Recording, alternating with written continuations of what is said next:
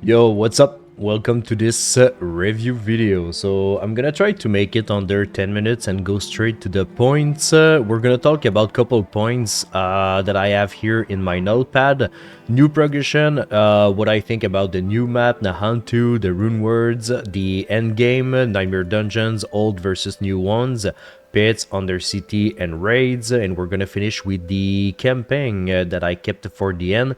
There's gonna be timestamps, so if you want to skip to the end, you're free to do so, but I'm telling you right now, I'm actually mad about the campaign. And some of the points that I hope the game doesn't do in... Yo, what's up right here? And some points that I hope that the game doesn't go towards too, but let's keep that for the end. The new progression. So basically when I started the game, I started in hard and quickly I went into expert after getting couple pieces of gear. Penitent was actually, I didn't try Penitent, but I've heard that it's very like close to impossible. The progression is very good. It's up to you to choose what difficulty you want to level in. It's very cool. And after that, once you're done with this, you can go into Penitent after doing like the pit level 20, if I remember. And then it's like 35 to unlock Torment 2, and then it's like 55. I don't remember. I should check the pit piler in Serigar, but basically you just gotta do like some pits to unlock the torment levels, and it feels very good. The progression, honestly, from the leveling to right now where I'm at in Torment 4 feels very good actually. After upgrading couple pieces of gear, after leveling some of the paragons that I have, like I was able to actually reach another tier of torment, and now I'm in Torment 4 and just face rolling everything with this orange quill build, which is very insane.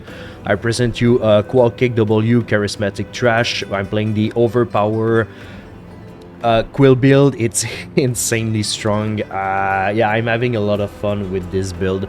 So the progression feels amazing. Nahantu, the new map. So this is the map that comes with this expansion right here. Honestly, it's better than I expected. At first, I was like, man, I feel like that I'm not gonna have enough for my money when I looked at the map, and honestly, there's a lot of things to discover. I think I did, let's see, Nahantu. Yeah, I almost completed all the renown for this map. But yeah, basically, it's very cool. A lot of things to discover. There is a lot of Diablo 2 stuff in it. So if you didn't play the expansion yet, I'm telling you right now, there's a lot of places that you're gonna be like, oh shit, okay, man. Very cool. I liked the adaptation that they did in Diablo 4. Some of the stuff was kind of weird. So spoiler, right here you have the Karas duck. If you remember in Act 3 in Diablo 2.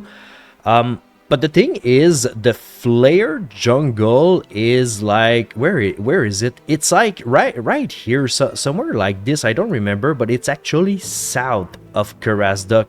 But when I that's so dumb, but like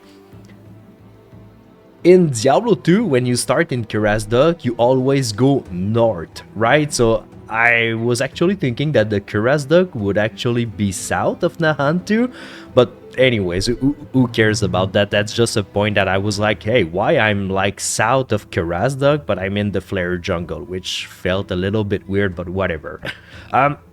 The map is very good, so honestly, Nahantu 10-10, very good progression, 10-10-2. I don't know if I'm gonna put like notes to that, but whatever. Runewords, I did a whole video. I'm gonna link it in the description if you want to hear about it. I was like just having a lot of fun suggesting like a progression system around the runewords. I've heard a lot of feedbacks that people actually prefer the runewords as they are right now, and I completely understand this. Now instead of creating an item, it literally adds up to an item, and it's a cause and effect system. The more I play with it, the more I'm like, you know what, it is what it is, and I accept a Diablo 4 for what it is. So I don't want, like, I know that Diablo 4 will never become Diablo 2, but it's very cool that they added the rune words, and I really hope that they tweak the system a little bit to make it more unique. Maybe having like 3 4 rune words, that would be very cool. But I mean, I'm a little bit torn in there. I completely understand that for a new player it's 10 times more awesome to have the rune words as they are in Diablo 4 than in Diablo 2, but I feel like that it was creating magic in Diablo 2. But whatever, the rune words, I have a whole video explaining what I think, suggesting couple things. I'm gonna link it in the description if you're actually interested in hearing about this. The endgame, Nightmare Dungeons, old versus new ones. So do you remember the free 10,000 prisoners? Can you grab all of that stuff for 1 hour to unlock a door and blah blah blah? It's gone. I'm really happy with this. The Nightmare Dungeon now serves for master working materials. Yes. They are fun to do. The new ones are actually very good. I like I'm actually keeping the Nightmare Dungeon keys for the new Nightmare Dungeons. So basically what they did is you have a whole map, a big map, and it's up to you to do whatever you want in this Nightmare Dungeons. So let me explain myself. You enter and there's monsters everywhere. You're killing them, and maybe you're gonna find a key, or you're gonna find some you know those purple orbs. I don't remember the name, god damn it. You gotta fill a bar or whatever, but basically you have objectives that they don't tell you that it's an objective, but maybe you're gonna stumble upon something in the dungeon that you need to gather those things in order to unlock a door. And this is not part of completing the dungeon, but instead it's like adding more rewards to the dungeon. Like 90% of the time it's like a resplendent chest inside. But it's really cool. Like you can either run straight to the dungeon, to the boss, sorry, and kill it and call it for the day, or you can just clear everything, try to gather the pieces together and unlock the door or do the objective in the dungeon. So the way that they did the dungeons, man, it feels so good.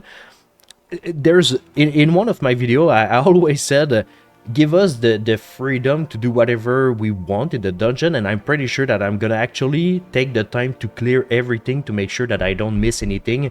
And it's exactly what happened. When I enter a new Nightmare Dungeon, there's monsters everywhere and objectives and little hidden pieces that I'm trying to gather in order to complete the thing and then do the boss. So I really, for this, I'm really enjoying it. The pit is okay. It's a good way to unlock the torment difficulties, but it's also a good way to test your builds and your progression. Gives a bunch of hobbles. Also, it's the only way to level up your glyphs. Do I want to talk about the glyphs? I'm not a fan of Diablo 3 gems, not at all. It's literally the similar system, but right now it's all right, I guess. All my glyphs are almost like level 75. They are okay, I guess. I don't know. I'm not sure about this yet. Yeah, but the pit, I mean, it feels great. There's monsters everywhere, nothing to loot. You just kill stuff and upgrade your glyphs, and that's it. The Undercity, yes. So basically in Karaz Bazaar here you have the Spirit Brazier. I'm gonna go ahead there and I'm gonna show you. So basically, and by the way, this is one of my favorite content in the game. So basically, you can drop some tributes, and each one of them do particular stuff. Like this one, the Titan gives summoning items. This one gives runes. This one gives masterworking materials. This is gonna give ancestral legendaries. This one too, and there's one with a chance of getting a mythic unique. And I actually did one, and I got a mythic unique one that I'm actually not using right now, which is this this glaive right here. I don't know if someone will find a way to make this work, but unfortunately nobody is using this right now because Kepeleke is just so strong, man. It's crazy. So basically you plug your key and you can bargain. I don't know if that's bugged, but I feel like every time I'm always putting more armor in order to get some gloves because I'm in need of like replacing those for a greater affix quill volley gloves. I feel like whatever I choose here, it doesn't work properly, and I can see this system being expanded. It's a very good system. The dungeon is very, very good. I like this a lot, and I hope that they don't ditch this dungeon in the future, and instead they pump it to make it more interesting. But honestly, I love spamming the new Undercity dungeon. Raids are actually very amazing. I like them a lot. I did the 3 wings like day 2 in Torment 2, and they're awesome. Honestly, like it's right here in the Rise of the Khazra. Very cool. The rewards are okay. I guess I got some very cool cosmetics, and I'm looking forward to do them every week. The weekly thing, I'm kind of not sure, to be honest, about this. I'll see if I'm gonna like it, but there's a reason why I stopped raiding in multiple MMOs. It's because of like the if I don't want to log for a week, I don't want to log for a week. So I don't know. There's a little FOMO there that maybe I'm like, I want the cosmetics, but I would like, I don't know. But they're cool. So we'll see. We'll see. I am kind of not sure about this, but they are very fun for sure. For sure. Now, the campaign. So if you don't want to hear any spoilers, well, thank you for coming and listening to me rambling about Diablo 4. Now it's time to tell the truth. What the fuck was this end? I liked the story. A lot of people didn't like the story. Me, I liked it. Cinematics were good. Neriel was crying maybe a little bit too much. There's a couple of things there and there that I didn't like, but like overall, I felt like it was pretty cool. Like a lot of things were very amazing. I liked seeing Akarat.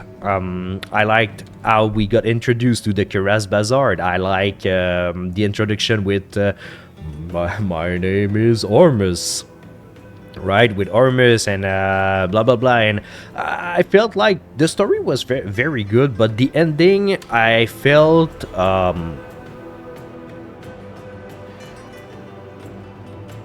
was expecting to fight Mephisto, and that there was something in place for us to speculate on. Oh shit, okay, Baal is coming next expansion. Oh shit, okay, Diablo is coming next expansion.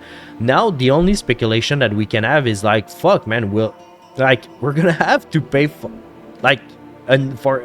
we're gonna have to pay another expansion in order to fight Mephisto. It's like, I don't know, something tells me, look this elm right here.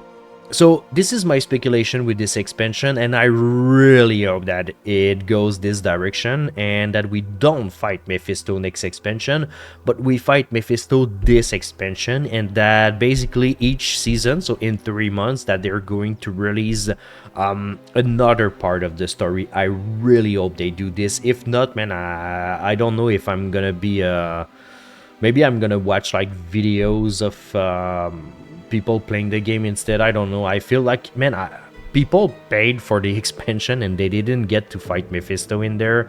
It's kind of shit, to be honest. So let's look at this. 200% damage to angels and demons with what happened to Akarat. So basically now Mephisto has Akarat's body. So I'm pretty sure that has to do something with this.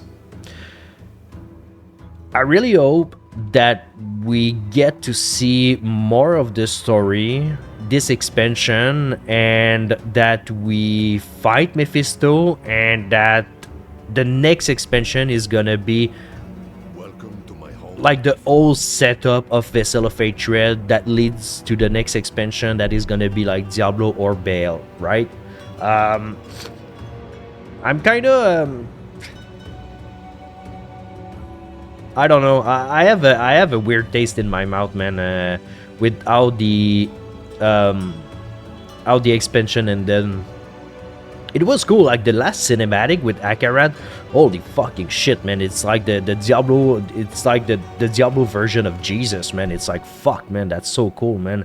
But like, yeah, yeah. The camping, it's the only part of it's the only part of Vessel of Hatred that I just really hated. But whatever. I hope the game doesn't. So we know that Blizzard has a very big problem with scaling their stuff. They always go back to stat squish. They always go back to rescaling things because it always go out of proportion.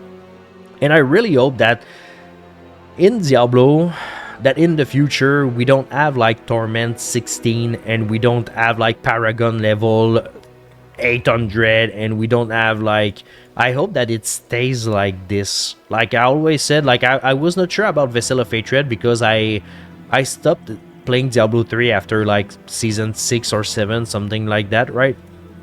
And I stopped because there was just too much. Like I'm not interested in seeing like trillions of damage in Torment 63 and like blah blah blah. I know it's just numbers, but like it's infinite numbers like this. I'm just, but why? Just why, right? So I hope that it stays like this and that the Paragon progression right now feels very, very good, by the way. I like it a lot and I hope that they stay in this bubble and they tweak out things and that they actually work towards a good scaling. So in like couple season it's not like out of proportion again, so that the next season, the next expansion is gonna be again another stat squish and blah blah blah. I don't know why it's happening actually. Like I really don't know why it's happening, but it always happens. Maybe because it's always this game is a lot like plus 100, 200, 500, or maybe like look at this, like this right there, uh, plus 400% damage to elite and plus 675% overpowered damage with 250% critical strike damage. It's like those are always like big numbers that are getting added up to the table, and that makes the game a little bit outscaled after a while. So I hope that we see a little bit of work in this. But overall, honestly, I would recommend playing Vessel of Hatred. It's very, very good if you don't care about the story. It's very good. I like it a lot. It's fun. The progression feels very rewarding. Oh yeah, the mercenaries. I completely forgot to talk about that, but whatever, they're fun. So yeah, thank you for listening and see you in the next one. Peace.